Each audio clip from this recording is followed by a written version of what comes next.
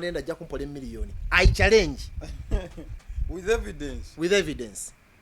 nti waliwo munnabyabufuzi mu Uganda eyatulako ne Museveni ne bakyaliibe nga boogera ku by'okuta obuyinza peacefully. Wabula buli omu agamba tekisoboka. Kiva ku kiri kye nagambye nti bazzenga bakola obulagaano bakaddo bagenze bookyayo n'amuganja kuwa olusanvu bwamwokyayo ebi bwawete ekkona taddamu mulaba. Era oyo yajja n'atuwa obujulizi nti Museveni tasobola kuwonalinga ndagaano. Ssegirinya yateekawo eddwaliro etaliimu bintu. Ssegirinya alina ambulance almost kalombolombo buli mubaka ayitamu agula ambulance. Teri mubaka parliament alina kukola ddwaliro yadde ekkubo yadde essomero yadde ekintu ekirala. Taliyo bya gavumenti. Ekifula Ssegirinya ow'enjawulo yali wa TikTok wayira wa social media. Abalonzi babbi ekitegeeza Ssegirinya afudde talina ne kyayina bamubbi okufaako obusente bwonna babututte obusente bwo obwekina n'obwekina ku musajja wattu ne nnyina alaaja nakati. Abantu kubadde baagala ennyo bamulambudde mmeka nga mulwadde. Abantu aba constituency obalako nga bafulookinga eddwaliro lya wane Rubaga oba gye bali bamukuumidde aba constituency kubanga bamwagala nnyo omuntu waabwe. Walabako nga beesonzeemu wakiri Kigegenegene Nairobi Mulambule. Abantu be Kawempe mbu abeesimbye mwaka kitono. Abalonzi babayita akasuko mu miro tekabalwa. Omuntu alina okubeera omubaka wa Kawempe nga constituency. Omuntu ali soba nga anaagenda mu parliament n'ateesa ku bigenda okukyusa eggwanga. N'agatta ku ddoboozi eririyo. So si muntu agenda okukola obwakazanyirizi. Oli ku YouTube channel Agaliwo tuula kalira emboozi egw'amakerenda. Omukulu Donald Trump yatuuse okuba nti naakwasibwa obuvunaanyizibwa okuba nti Amerika addamu okugitwala mu Congo omukulembeze waayo. Mu buufu obufaananako bwe butyo tulina bye twalabyeko executive orders here and there n'ebirala ebigwa mu kkowe eryo. Uganda essaawa zino nga tuli mu kweteekateeka omwaka 2026 tuyinza okufunira omukisa naffe tuyinza okufuna ku mukisa okubaako engeri gye tuemulatinga ku bimu bye twalabye n'okwesemberezaako ku ekyo kye twagenze maaso n'okuba nga tulaba oba kye tukyalaba okuva sayidi eyo. Ombuuza kibuuzo oba oyogera? Mbuuza kibuuzo. Kibuuzo ky'ombuuzizza nti tukyasobola okubaako engeri gye tugezaako okubaako ekibuuzo ky'oli mukumbuuza si kuba ndibadde sikitegedde naye eddera nga tuli bato oba twabiraga ne banene manonda baasi mwe twatambulanga okuva ekyajubiro ogende Kaabwoko waliwo akagendo mutambula ebigendo ne baloga ne nonda baasi mwe namba teekamu ne mbatwala oba kitegedde kakati bambi naawe olina byolowooza siga nonda baasi mbateekamu nze nkola musawo olowooleza eggwanga lino ebintu ebiyinza okuba nti bituyamba.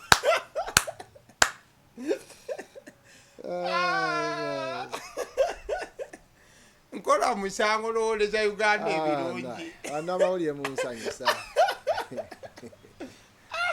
tuyinza okonda baasi wano ne mbavugamu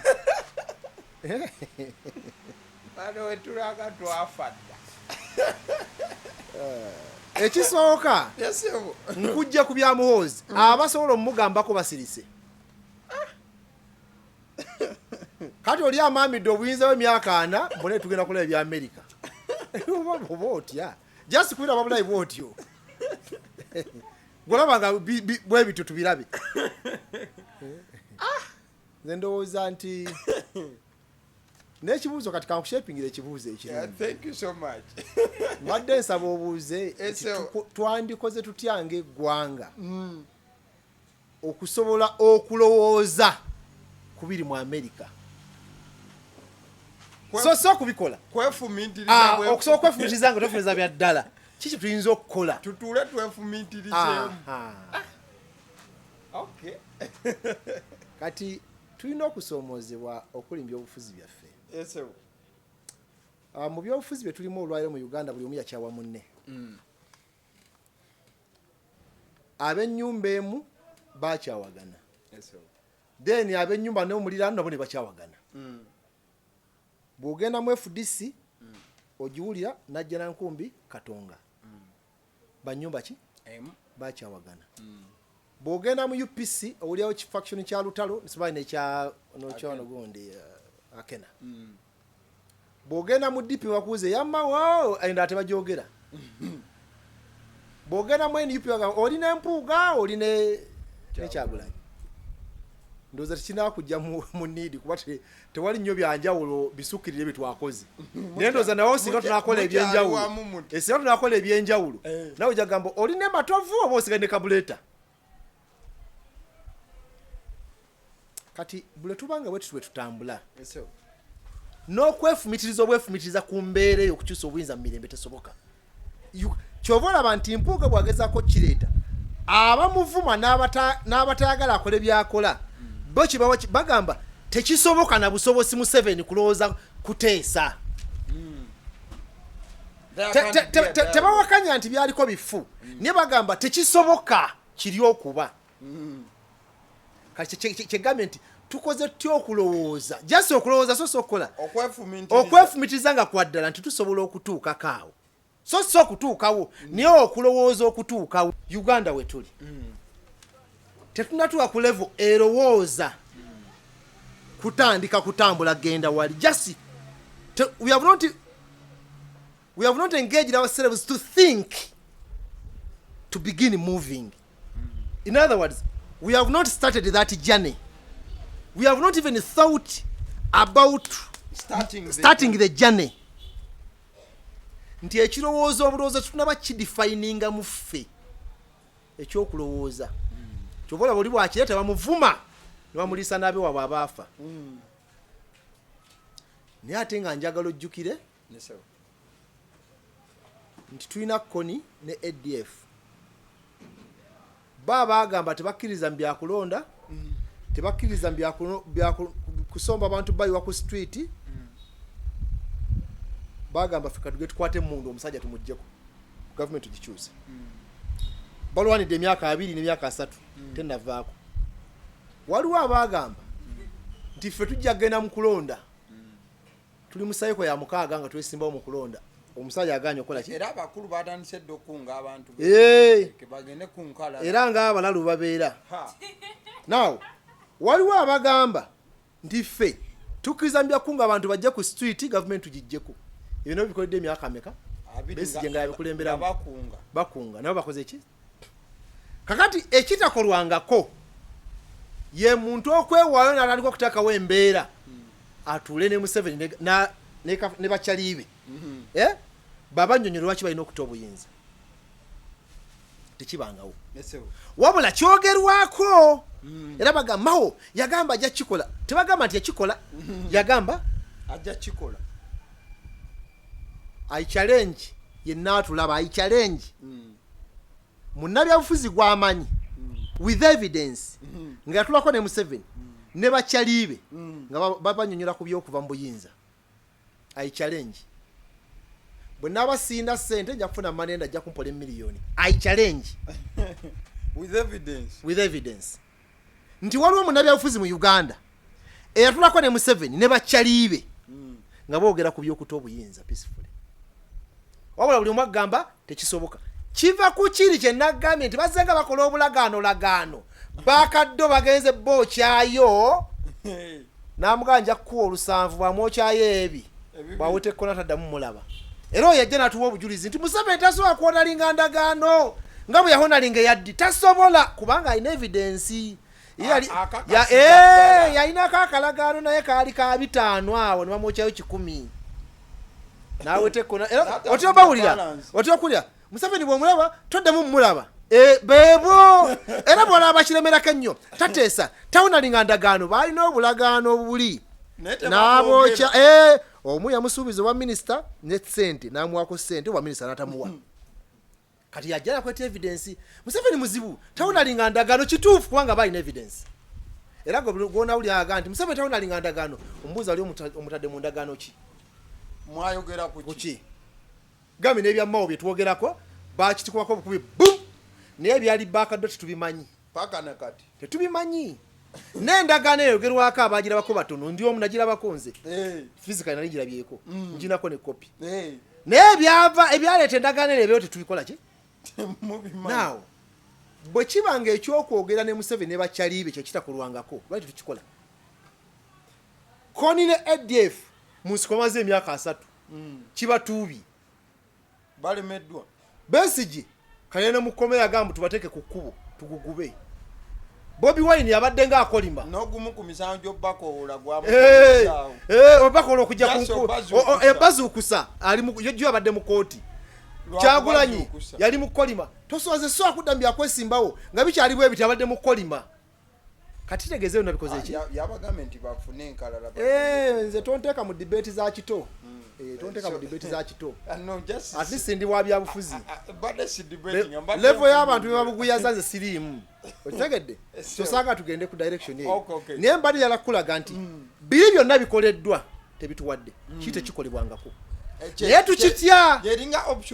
luli luwonzi buli omu alowooza kuliko omuliro bwagira asojjako lukwate kolabe katulwaleero mpuga kyaliko ayagala kukwata ku kintu muliro oba asobola okukkiriza bwe banaamwengeegi nga naagana tugana nekino kikoze eki nakyo kiganye oba oliawo katunadda ku level omanyi level mu politics oyo gye bayita ey'obutujju terrorism it's another level mu kulwana entalo nga byonna biganye terrorist talina maanyi era babeera banafu nnyo kyova olaba enkola yaabwe yabakakuba mpanga kugwira bugu bwekikwata nga kikwalo kigana kikola ki ngaddeyo ngaze otegedde kati option tendaba nayo okuba yebesembayo naye zolo zatu zikoze ki aba ADF bagenze nekoli esembayo bwegano zaako era tezigwayo gye ziri mubamu nebyokuwamba abantu owamba muhoozi yennyini n'ogamba Museveni omala kutabuyinza ne mukuwa naye gyeri naye another option otegera tezigwayo option zo zijja tuleetera ebizibu noni zeezo no bakugamba yali ndowooza ero ngenda kwogera ku Mao Zedong yali Mao Zedong yagamba nti war can only be abolished by war olutalo lugibwawo olutalo and if you want to stop the gun you have to use a gun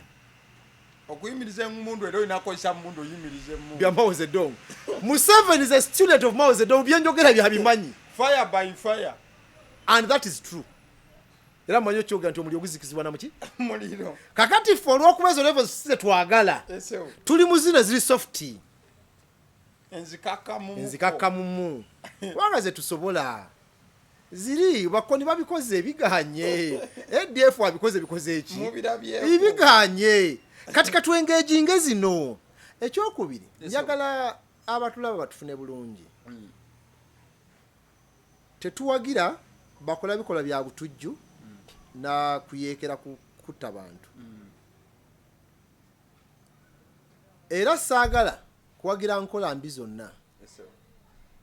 naye ate nakiro kitegeerwe nti omuntu atwala obuyinza tebamugabira bugabire babulwanira kati mpuuga kyaliko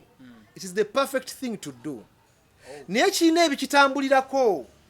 Museveni omutuuza ku mmeeza akkiriza nti ekiseera kituusa obuyinza babweyo mu mirembe walina okubaawo embeera eno ezimbiddwa abantu babiri bakkiriziganye gwe mpuuga engage these guys ffe katubakaluubirize kati okukaluubiriza kuno ng'ate mulina option gye mumuwagamba omanyi ebyo mubireka katule tukanye tulabe so okurealizinga ekitiibwa mpuuga kyaliko tekijja buziina kwogera kibaako ebikola ebikola ki era nze kyenyinza okugamba wekitiibwa mpuuga nti n'ebikola ebigoberera ekyo alina okubirowoozaako it's not enough mu dictatorship it's not enough olina okupino birina okugirako musajja awulire nti eri bivuga Kawempe bamusanzeeko bamuyise Kawempe Republic ne 99 baziganye okuyingirayo ekiki okakasa abantu ba bulijjo bafunye obwetwaze bantu balijjo bakikoze okakasa ani alabyeko ku mpuuga esimu yangi kubye nga teriiko mu munnogeza gye tuteese kuba bitabuse kati obategere kyentegeeza simanyi oba message egguse ab'emasaka bakoze eki katonga bamusazeeko terigenda ne poliisi ezine bagaana esimu y'omusajja eri luddawa ani mukwano gwe mumunonya mugamba gitwogere akakanya abantu so okuteesa tekujja buzibwe kutyo so ndowooza njagala kuwabula mukulu wange okuteesa is the best option naye mu mbeera y'emyaka 30 myaka 4 ng'ono yeewulira eryanyi poliisi agiina amagye agayina intelligence agiina amakomera agayina tayinza kutuula butuuzi bwatu nakkiriza kubanga agenda okunoonya nga ky'omusuuza tekiriiwo bwe situla naawe enfiirwaki ng'ayita mutabani we muwozi mpereza akashera ng'ayongera awuuta kwatuna ky'omusuuza naye singa alaba naga nti ogambye bakoze batya Natasha bakoze eki gwe mugambye eki musooka ng'amukubira iwe mpuuga jorebe awayogera kubanga ategedde nti waliwo embeera gy'osobola okuteekawo emufiiriza ate kino nakyo njagala nkigatteko bwe tuba nga tuli mu lutabaalo buli omu aweebwa omukisa okukola kyakkiririzaamu oba ntegerekeka mwami Kyagulanyi akkiririza mu kwesimbawo awangula akalulu bamulangirire mumuleka agende yesimbewo bamulangirire omanyi kyo banaamulangirira bwe bamulangirira batakubye omupiira abakubi nga gwaliwo ga tebisoboka Besigye agamba nti ebyo yokola tebirina makulu abantu balina kudda ku makubo mumuleka akola ogugwe watya bwakikola omusajja n'ata abatakubye omupiira abakubi mpuuga bwajja nakugamba ne ttiimu ya DA nti bano abasajja obugumu bw'endebe ne bitukoze tebikola twogereganye nabo tubalaga obulungi bwa kino tuteekewo ne concessions nti kale ogenda kuva mu buyinza tetujja kukwatako ne bakyalibo tetujja bakwatako n'ebyobugagga byammwe tetujja bikola ki bw'obala ebyobugagga mwali Museveni byabbye mu Uganda ne bakyalibe balyanga 50 tebikola yadde kwota y'ebyobugagga biri mu Uganda yadde kati nnyini bwe kati ku byobugagga bya Uganda bavumbula Royal Athens wale ebusoga bazibala mu biliyoni $12 gold yale Karamojja ali ebusiya ali mu biliyoni $15 owe Karamojja ali kati ogamba mbu bano balina bw'obagatamba aweza mu biliyoni $30 bw'obagattamu abo abayaye oba otegeera kyetufiirwa nga Museveni tumulekedde package ye ne tumusikiriza ate kinene nnyo okusinga future ya Uganda nene nnyo okusinga byabasigaza after all wa myaka 8 kyogamba akyawangalaana nkakasa akyawangalaana simanyi tombuzaabuza ayina 8 kyogamba kyasobola okutwazaana kati naka katono kakutisa okwogera nga nawe kiba tasobola oli convince tasobola mu Uganda wawulidde afudde ku myaka 13 ero yaba wanjawulo kakati kyetusevinga nga tumutuuziza n'ebibye kinene nnyo okusinga kyetufiirwa era watya bwakkiriza nga bennyonyoleganye bulungi n'ata mpuga batakubye omupiira oba ntegerekese so nze ndowooza nti buli omwe ekkubo lyakutte gwoyinza obutamuwogera ni muleka agende don't discourage that person Besigye muleke nebya street bye Kyagulanyi muleke nebyokulonda bye agende nebyokulonda bye noli muleke nebyenteesa bye ne bulwabeera nga ali awo baalya byomu anoonya kifo muleke oba kinoonya tulabe gye binaggwera kubanga process ekyakola ki kati gwe naawe agamba nti wakulonda bwe tutandika okugamba nti onoonya bwaka ofuna omusaala gwogenda kuŋŋamba ki naawe Besigye tugende naawe agamba ebya street naawe onoonya relevance ogenda kuŋŋamba ki let everyone do their part kubanga kyakola ki kubanga Besigye ne bwe namuleeta mu kalulu agambe sikakkiririzaamu tajja kukabaamu bw'onaakwata Kyagulanyi n'omugamba tugende mu bya kkoni byakola tabimanyi tajja bikola koni biye biri byamanyi ne ba ADF Besigye amanyi bya street Kyagulanyi amanyi bya kwesimbawo mpuuga amanyi bya diplomacy now what's wrong with it ndowooza enjawulo yandibaddeemu nti naye bannaye bw'ogukonzijukiranga nti nange natoba naliwo onzijukiranga ng'otuuse ondabiranga ddala ekitegedde yeso wala Kyagulanyi bukikwatayo mwana totuleka imubeera ku undertaking tukuwagira baloti bwe baloti bweyita mwana totuleka tuli bakyalibo ne basiyoga nti mwana wena ne bakino bakivuunika nze bwendi obwa minisita mwana tugira nange nali ku opposition you understand tuleme kumala mu bantu maanyi tuleme kwekuba nkonyogo kati abantu baddidde ebintu nze bwe mba saagala Kyagulanyi byonna byakola mba sibyagala bwe mba saagala Besigye byonna byakola mba sikola ki tobyagala kati Mpuuga simwagala byonna byakola sibyagala Koni simumanyi ne byonna byakola sibikola ki tobyagala you understand and there is no such a point otugenda okubanga njagala ebya Kyagulanyi njagala ebya Mpuuga njagala ebya Besigye njagala nebyani nebya Koni nzomu it can't be so ndoza tuleke buli omu akola ekyasobola okukola mu kulwana okukyusa eggwanga gwoba tokikiririzaamu mu kifo ky'okuddira amaanyi odiscouraginga aleeta abantu ku street amaanyi gateeke mu kino ky'okkiririzaamu nkaddamu mu revolution buli omu akola kyakkiririzaamu gwe kyotakkiririzaamu tokivumirira mu kifo ky'okutwala energy n'amaanyi g'ovumirire kyotakkiririzaamu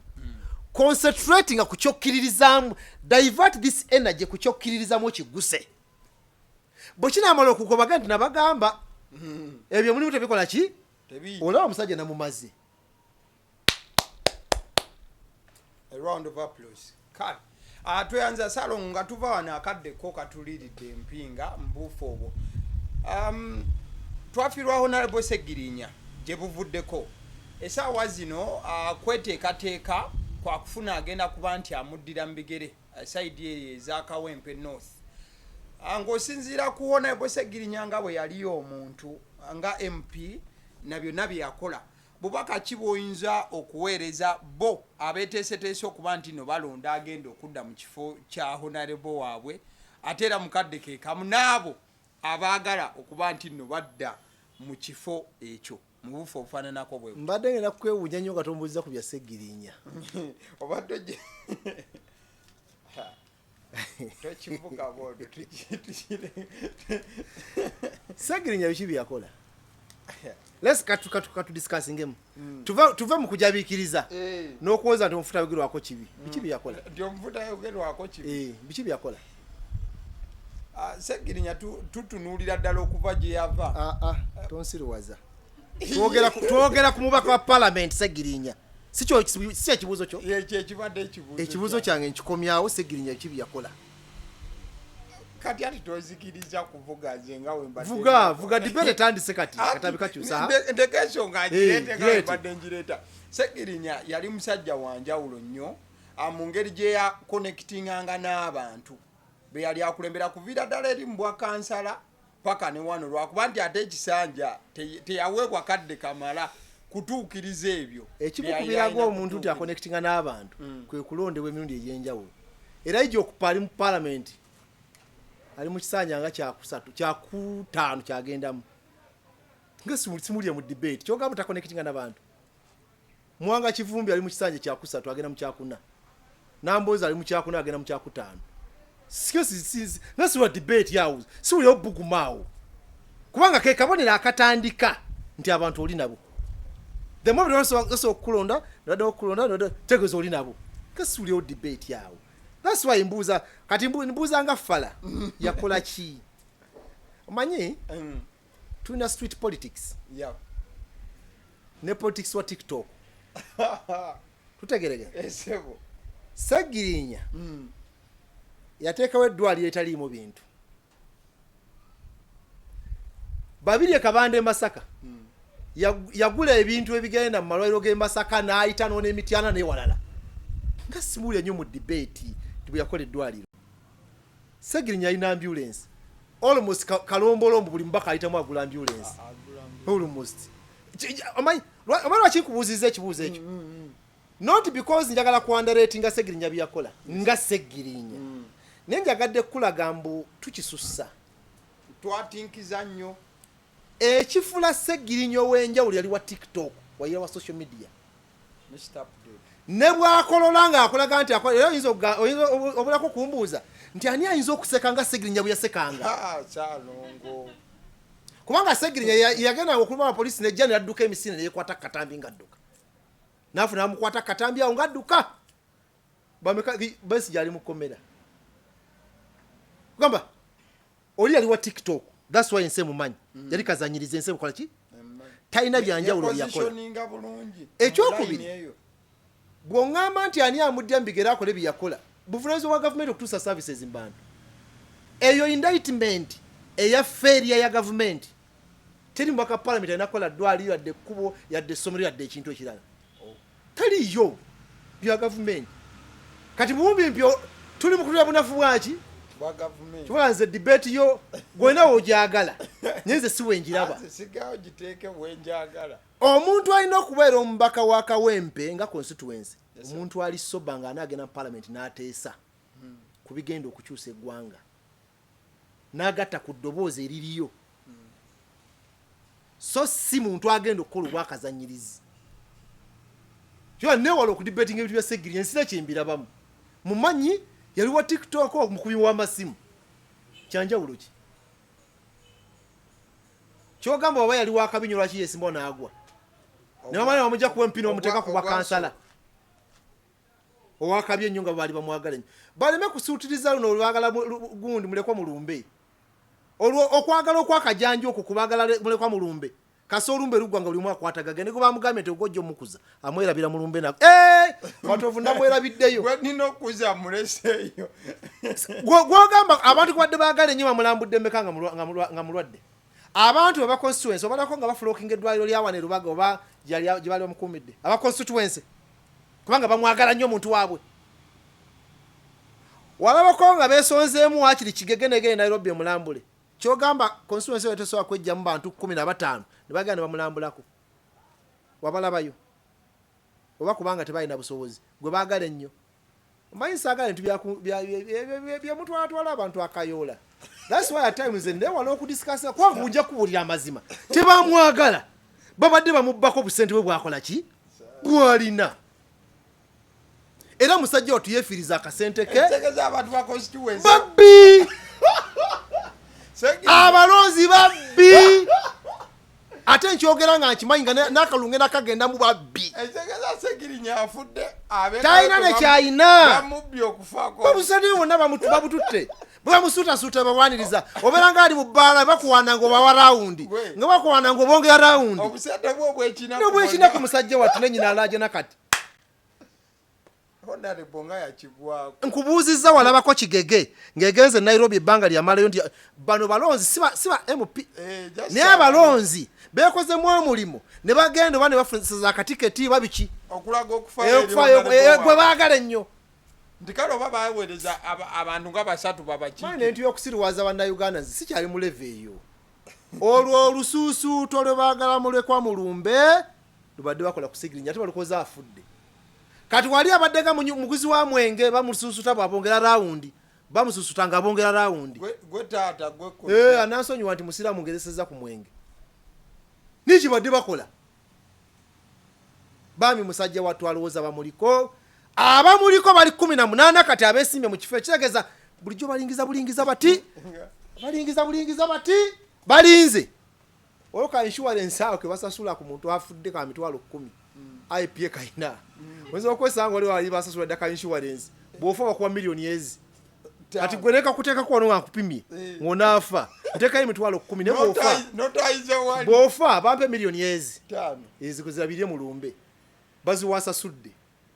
kati abo ndabonda baliyanga bali bamusasula ka insurance ka materialize nze kati bagenze mu kibitu kulya na komba sowani kyogamba abali bamwagala nnyo bali betegeka ddi bonno balaba betegese bipande babina pande webiri abali bamwagala nnyo zi manifesto zikaba abo abajegabo twale eri naawe temutubula ebintu bya kiyayi bayayi abawedde emirimu akati nze sirimbya ebyo ebintu twetaaga mu kulembeze ali soba amanye ekyokukola agenda okukunga abantu be Kawempe bateke government kuninga ebawe services so si mu kulembeze agenda okukwata akatono kayina akabawe twawule ebintu bibiri there is no such a man tetulina munna byabufuzi ba muntu sekinomu nabo mamba bazisente zamulimo okujuza mu banna Uganda mwagamba nga ayina nzibu wazirabako ezize ezako forward wazirabako naye nga twagambanga ayina wazirabako gwe so tetulina mubaka parliament asobola kuddira ssente ze n'aziwa abalonzi ne bamatira taliyo oba oyagala genda ojja interview ku Ameria kyambadde wokubiri genda ojja interview ku Katongole Singi wokusatu gwe genda bakoleko interview bakubuulire kyogamba Ssegirinya adde abasire ssente nezibagaba abasinga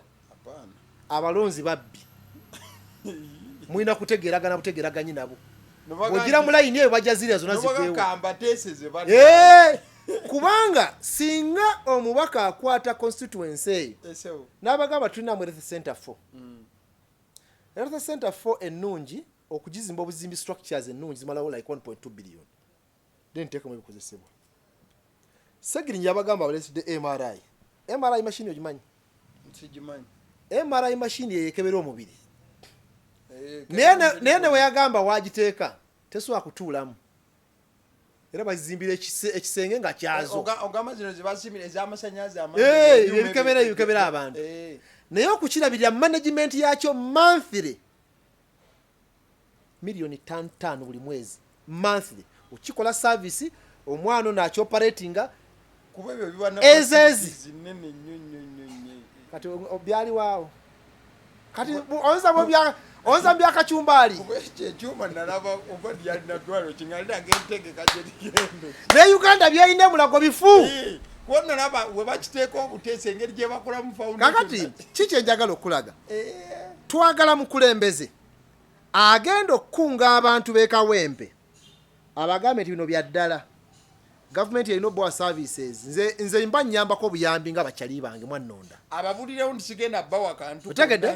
bw'aba abawadde eba bonus naye twaga twekolemu omulimu ng'abantu ba Kawempe tukalubirize gavumenti eno etuwe eddwaliro kubanga tutegedde nti kyekizibu kyaffe tulyetaaga ontegedde PDM million 10 ze batuwa tezimala kyobola bateekerawo segi box naye ali mu ssente mbeka ne bana abajja nti ateekanga 10 buli muntu buli ka box akakwanga kalimu emitwalo 10 kati ku nkulaakulana ya Uganda bakuwa emitwalo 10 wano okola business ki ogenda nga ntandise kuzalawa anti don't downplay it olw'ensonga abantu 10 bokka kati njagala kulaga we misguide kati nze matovu si ali mu level za kucyamukirizibwa ekiri kadino kwe kwata government n'ogigamba nti mu program yo giwaleeta y'okulaakulanya banna Uganda waleeta PDM naye ffe wano tuli abantu emitwalo egi 5 omuluka million 10 tezitugasa tukole special arrangement ffe twagala ssente kukola byalaani kubajja kola kino muteekewo embeera bakwate ssente bazikole ki kubanga Ssegirinya ne bona akwata omusaala gwo n'oguwaayo tegumala ne bwaba oyo Anita Amongo ssente zaafuna zonna za budget nazo tezimala then who are you naye kati tumisguidinga banna Uganda abalonzi ne tubaloosa nti ffe ababaka ffe tulina okumala ebizibu bya constituency never tekiriyo oyo abapalapase wakunoonya kalulu ngenda kutuma model constituency bagita iki eri Budaka eno mu Eastern genda ogituukemu agikulembera essimu yagikuwa bamwita Kasolo Robert n'obukubo obw'ebyalo babuyiwa kolasi kubanga ekyokukola yakimanya yalobinga bya gavumenti bagenda bakola enguudo eri n'obutontono municipality ne bukola sente zero ziri mu bumbi nga 10 kyogamba abadde azijja mu nsawo ye emakinde nga wali bulala amakubo ontegedde kyentegeeza nti tewali MPS okozesa sente ze kukola ebyo olina kumanya kyakukola n'oteeka abantu bono bakola mu omulimu ne bateeka gavumenti ku nninga ne babawa amasomero amalungi amalwaliro amalungi amakubo amalungi ne services kati oyo ayina enguudo mu constituency ze zonna ateesa biki bano bye batateesa kati ontegedde bulungi kati ontegedde buki ayina chocolate mukamwa ontegedde buki kati it is not about kwogera bwogezi, it's about knowing what to do. Kubanga ebyemachidi ebikubo bitutwala kagu Ati ze nkutumye constituency njikugambye genda ogiyitemu olaba amakubo agalimu otamwene constituency ndilanga 10 mu Uganda ombuli agaziina just nkwaddeyo ki nze je mmanyi abantu bayinza okuba bamanyena naye nze je nkola ki jomanyi nina mukwano gwange omuyita Sebamala Richard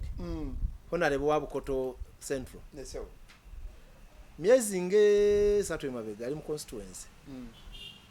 bwe yali yesimbawo yalekamu amabanja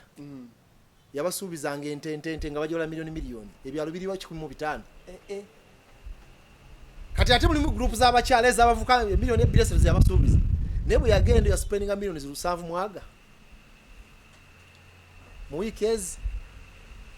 buli kyalo nakiwente bulamu n'abwabi yabasuubiza ennaku ezo atumayo omuyambi we ntuwa asa abantu bakomplaininga ate omubaka bwe yagenda erife teyadda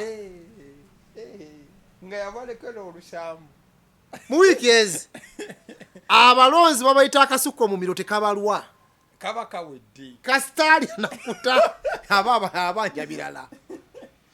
tuli bali babanja byotusuubiza tubabiwa n'abiwa naye akati omubaka tutukoleddeyo birala kyoto tekibola nku bazavu ukitegedde so nze ndowooza nga twogera ku constituency ya Kawempe ne constituency endala zonna twetaaga muntu anaamanya kyakukola bwanajja ebintu mu gavumenti oba abaogereza atya gwegwogambye alina chocolate mu kamwa ye yamanyi abajjemu ebintu ebyo abirete mu bantu ye ng'omuntu kwaba ayongereza okusharinga nabo bakyalibe olw'okumwesiga n'omukwano gw'ayina ne bano bonna bawera kimukola ng'oli bw'abaddako tebasobola nti yati baavu muyingo ayina amasomero aweerera abaana badde baŋŋamba oba buli 15 mu masomero ge ne baweereza fees obutereevu beyawa scholarship tebamukuba akalulu abalonzi baagala ki nze musigala musoma baagala ki bamukuba akalulu nze agange musigala musoma ate nga awa abakadde emitwalo 10 buli mwezi abakadde abaregistered mu gundi ye abwa 10 buli mwezi kati buli mwaka bakunganya na bwa blanket n'amasuuka n'abana bagabira emifaliso bamukuba akati ontegedde kati gwe byowooza mbu bakola ebya Ssegirinya byeyakola abalonzi babayita akasuko mu miro tekabalwa ontegedde kati mugende nga muwagawaga abantu b'e Kawempe awo abeesimbyewo tebajja nnyo nja kubawulira abantu b'e Kawempe mwe abeesimbyewo mwaka ekitono abalonzi babayita akasuko mu miro tekabalwa tusuubiza ebirungi tonna abantu b'e Kawempe nabo babalimba obwo babuwa butono abantu abo gwe mulonda alina okuba nga alina capacity egenda okulobinga mu entities za gavumenti abagiro bye mwagala ng'amalwaliro ng'amasomero ng'enzizi ng'amakubo tajja kubisobola kukwata na ssente zimala kati abalimba abula emyezi 9 tudde mu kulonda kwata lyakalukiwetu obale njagala obale miliyoni omuntu owa Kawempe afune miliyoni 22 zibale miliyoni 22 buli mwezi afuna miliyoni 22 buli mwezi 22 buli mwezi kubisamu emyezi 10 ejibulayo tuyinge tutufu sibwe bukade 2 kati video temwina bagezi kati obukade 22 bwe bugenda okukola eddwaliro mukole essomero bukola amakubo lwaki babalimbalimba bannayuganda sebo batekene mu sage box omuntu w'Ekawempe afuna miliyoni 2 mwezi mu 2 buli mwezi kubisamu emyezi 10 ejibulayo ze miliyoni 2 mwameka zezigenda mu sagi box zikola sagi box zikola ambulance zikola eddwaliro zikola ekkubo zikola amasomero ziwerereko abaana 22 neno oba ngobaze bwotyo eno by election waliwo amaka agenda giteeka mu sente ze bajja ziteekamu emeka agenda teekamu meka akati bwe okutegeera ekisula bannabyabufuzi babeera ne bye basuubira nga bingi ne bateekamu nnyo ne bitavaayo kyova olaba every election cycle okay turnover oba ey'ababaka abagwa eri ku 60%. genda okebera ebitabo bya parliament Kuba n'abali mu parliament eno 6 tebagenda kudda bateekamu nnyo with excitement bagenza okutuuka eno nga ebitabo tebigatta ate batuuka eno ne beewolayo kati omubaka omusanga nga buli mwezi sente zigenda ku akawunti ye ziri 7,200 omutwalo gumu 9 mitwalo 19 n'ekitundu ze sente yazeewola abasala lero nga babeerawo babeerawo wali walinze kati anoonya ezimuzza mu kalulu nga tezikola ki ng'owe bakamuwujja ekyokubiri biwasuubiza tosobodde bikola ki bikola kubanga wateekamu nnyo ng'ozijje ka bamanerenda bwe wajja eno ne weewola ntosoba bamanerenda aye ne zikuggwako kati mukonsulensi solinnyayo ennaku eswawulira waliwo omubaka bamuyita baye ensubuga Pawulo sitale wajiwulira n'agamba amabanja gamusuza Atudde yeeraliikiridde ate mu constituency waliyo abatambula ate badde bamulumba okuvaako obufinti oba ntegedde ennyumba egenda eno kino kigenda kaakati excitement eyo tovola mukama yanyamba nenva ekyajulira era yayogedde amazima nti ye ekisanja takifunyeemu infact ng'alinga kino kiganye nze mukama nyambye ndava ekyajulira mangu nezijambirako ekampala mbirabye byendabye emikoze eki obirabye kati ze tonete mubaka awo najja mpanikirako empale tebalina yadde ebitaanu baavu bazibu bamanyi notusaba ezibajja mu kibuga obwolumu amatovu tonjokyezaayo njokyayo ofuna amafuta aganyiza ewaka obayinza okubuuza waze n'emmotoka yo nsuulaako wali ng'osuula emupi genda bakoleko interview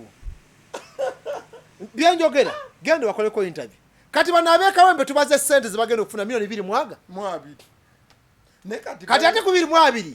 bagenda kufako emyezi nga 3 kati ate kampeyini zatandise ate ayagala 2 kati agenda zikwata atazizzeeyo ate zalina okubakolerako enguudo bagenda kulya ez'embaata anabwe yakayitamu alina okuzzayo ez'embaata ate teziwera ate tuyingira akali akalulu era njagala okuwa profesi agenda okuyitamu mu by-election eno emikisa mitono nnyo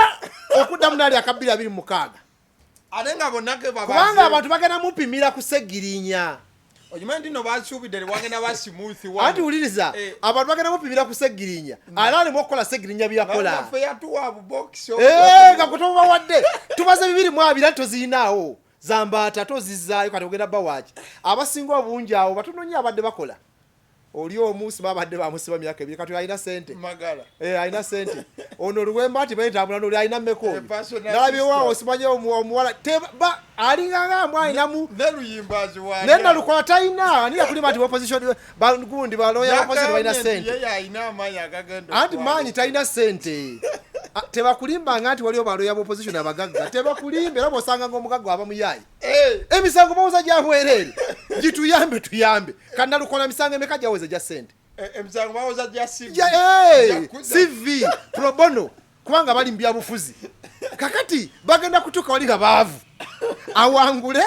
asooka kusula embaata kati ate ba abantu bamupimira ku Ssegirinya ate waliyo n'embeera ya kaada nti Ssegirinya bwe yali yakamala okuyita muwe 2 n'ajja n'agira ati kati ono bagenda muwe 2 eby'emmotoka nga yakayita muwe 2 eby'emmeka eby'emmotoka ayagala obbizaayo naye ate ab'embaata bakonkona ate alina ziyakozesezza wano ate alina okubalaga nti akyaliwo ate 2026 atuuse kati ate abantu bwe bapima abaddeyo mu kifo si bapima jja bagagulu baddeyo twakuwadde obadde oyigizeegizeemu awo emimiro tulakasi gwe by-election eyo yazzenga kikolimo ku bantu abamu negenda kubeera etya nkuwadde ekifaananyi yazzenga kikolimo ku bantu abamu tewetegereze akalo omuntu agenda kukwata milioni 4 abiteekemu naye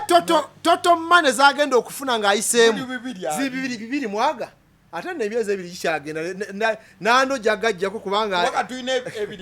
eja kampeyini nga tebannamusasula tebamusasula kuba lyatandika kampeyini nga bamusasula ayingidde parliament tegeeza n'ebiri abiri tebikola ki campaign manager amuli busy n'ebiri abiri tebiwera ag'abantu kale otaddemu 4 bakuwa 2 business kyekyo nga bakulimba mutuweereza abantu yebaze tombuulira kati nze nkuwadde ekifaananyi kyakaluke Kawempe era agenda okuyitamu era kyazzenga kikolimo actually bonna badde basaba singa Ssegirinya afanga mu gwa 10 baleme giteekayo singa afanga mu gwa 8 awo tuyingire lumu wali naye kati bagenda ziteekamu wano zikuggweko oyingira wali nga toyina kati asigadde ebbali ng'abeetegereza ati yakona ekikapu kye ajja ateeketeeke wali ate gw'ojja kubaweerezaako emyezi 6 gy'otalina ne byokoze bambi okyetereeza mumulaba mujjukira Ssegirinya ye bwe yayitamu yatandikirawo mumulaba oyo era mugenda muzzaayo tali kulwa abantu oyo yekkusa yekka bambi musajja wattu ataddemu ebitaano bye ng'ate afuna 18 ate muzina ebitaano kwabaddeko ezembata 2 atajjaba yakatuuka ku parliament abalooni nga bali awo andi bakuwa looni ki bajja kuwa looni milioni 5 gwekimanyi nti abali awo balenzi bato bagenda kufuna bagirlfriend nga bakengira parliament byenjogera nkubuulira biri practical byebituufu olaba n'abasajja abakulu nga yinginiyaani yawasa oli omuyimbi yali ani oyo Saalongo yinginiyaani Saalo yawasa ano babiri omuyimbi kati oba abasajja abakulu bajja ne excitement bafuna abakazi abapya ate olwo abalenzi abato obasuubiramu ki